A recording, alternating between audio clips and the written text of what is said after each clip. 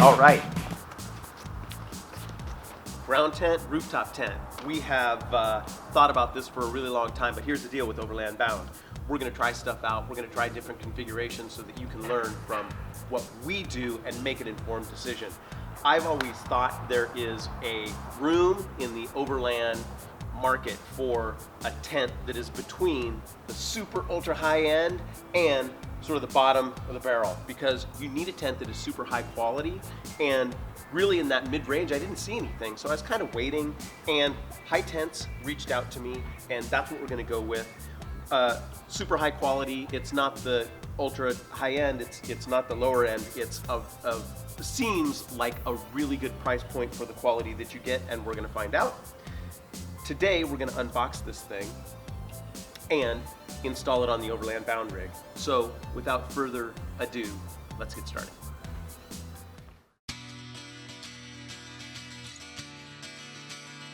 Oh, okay, it's black.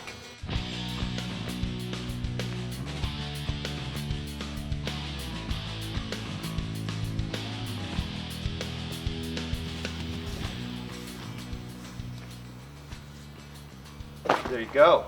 Okay. Because of the height of the Overland Bound Rig, High Tents has supplied an extension ladder,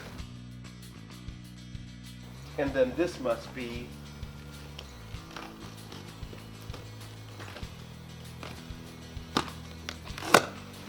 the vestibule.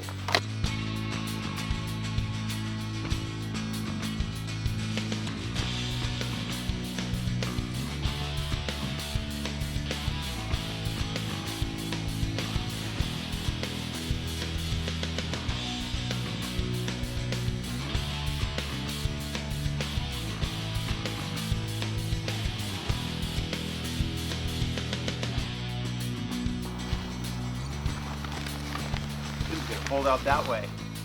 Okay, good. Yeah, that seems like a good quote. That seems like good canvas. All right, we've got our pad in here. It's gonna fold out that way.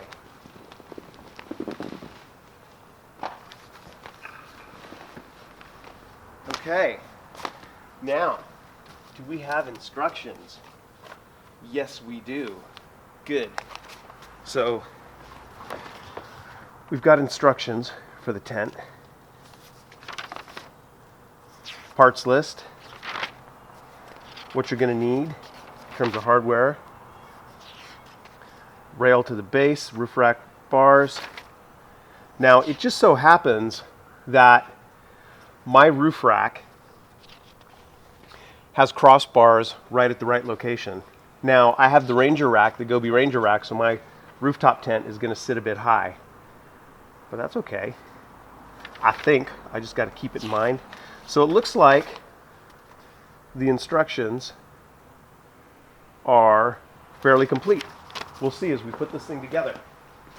And inside it looks like there's a repair kit in case you need it. I'm assuming that's what that is.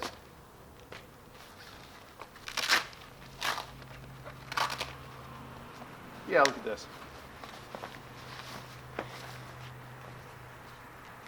This is part of a material repair kit in case anything gets ripped. You've got some spare material to do a repair. So that's good.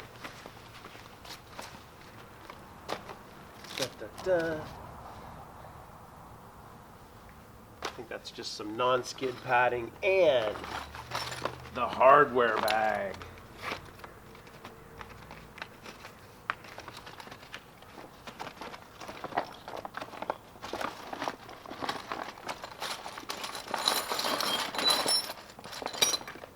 Okay, lots of hardware. And this is the ladder without the extension on it. Aluminum ladder, pretty lightweight.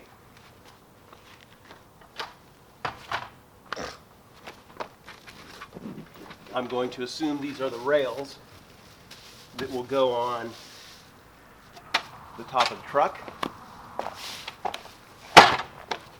And these are rods for the rain fly.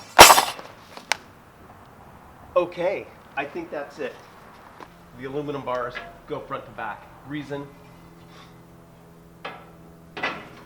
they'd stick out this way. Also, the high tent is, of course, longer than it is wide. And so these go, they fit perfectly the long way. So the aluminum bars go this way, and I have 2 crossbars on the roof rack that these are going to bolt to perfectly. Okay, bars on base first. Here's how I'm going to do that. The wide side of the bar goes against the base.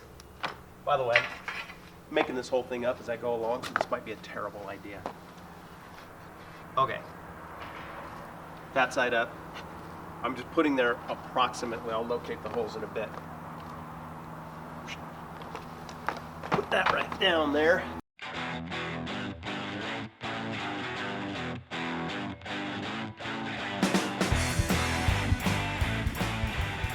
So I have some semblance of organization. I'm going to empty a hardware bag into a box. Oh look, it comes with wrenches. That is so cool. All right, now, yeah, it says these are 60 millimeter SB1. That is the largest bolt in the kit. Now, when I actually take a measurement, that's 50 millimeter, not 60, but it's the largest bolt in the kit. So I'm going to take a leap of faith and say that's the one that we're going for. Now, I don't need these big ones yet, I don't think. I'm just concerned with these, and then I also need the proper washer for these bolts so that they go here and they're reinforced, I'm assuming, so that the tent bottom, the bolts don't rip through the tent bottom, right? Okay, there's really no easy way to do this. You have to thread a bolt, a nut, into this rail and over that hole, and then thread the bolt in from the other side.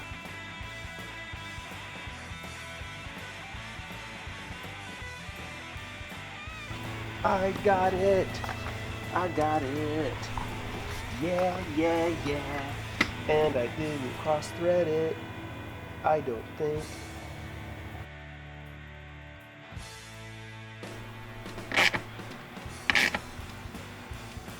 There we go.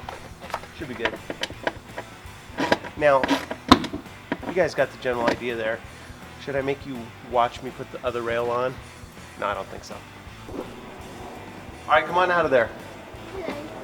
Okay, so in order to make this job a little easier, I highly recommend one of these who can crawl inside while you're holding the bars on the outside. You can get these on aisle 15 at Home Depot. Wait for a sale because they're expensive. Okay, so after putting those rails on the bottom, the next job is to put the whole thing on the rig in the orientation you want it. These can be put on the rig either way. So you can have it open on the passenger side, or you can have it open on the driver's side. Both work. The tricky part is getting this up on the rig. Now, what I will say is I lifted this on here by myself.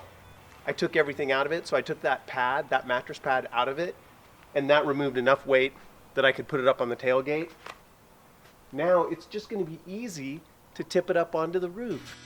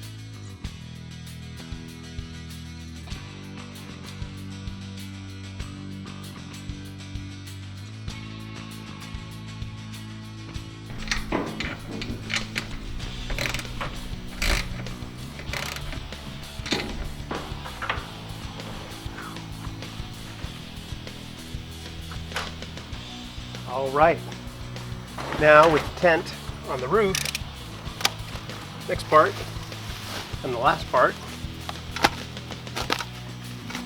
is the ladder.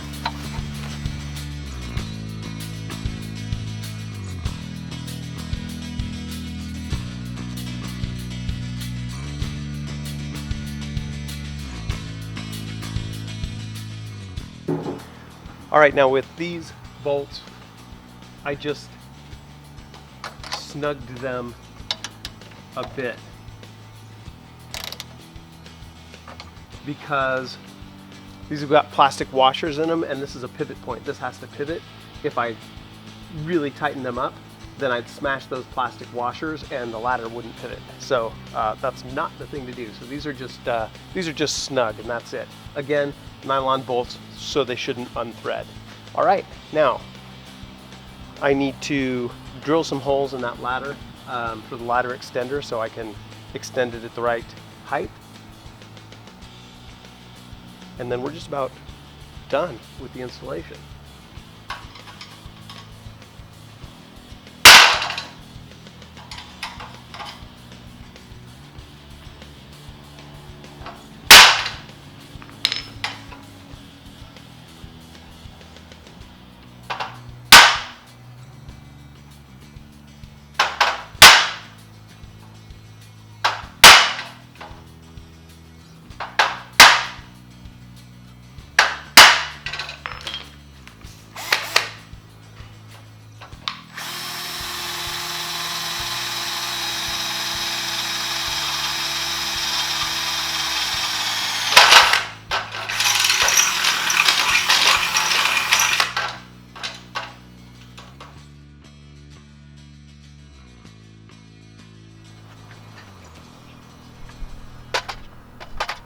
All right, now the reason you got to drill holes in the ladder extension is because when you have this ladder set up, you want it to be you want this ladder to be at a 35-degree angle approximately, and without knowing the exact height of your rig,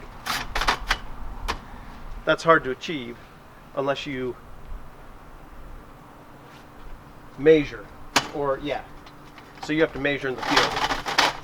And so that's the deal. That's what we did here. And I'm setting the first slots and the second. There's that one. And there's that one.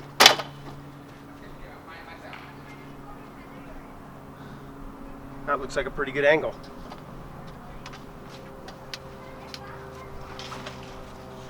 All right.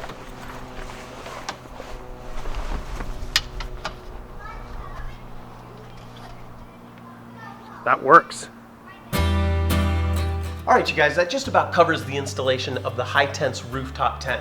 All in all, it took me about 2 hours. I took quite a few breaks. There were a couple of tricky parts. One, getting those rails on the bottom, the support rails along the bottom of the tent, you have to get on both sides of the floor, so it's gonna be a lot easier if you have someone there to help you. The other thing is getting it on your roof.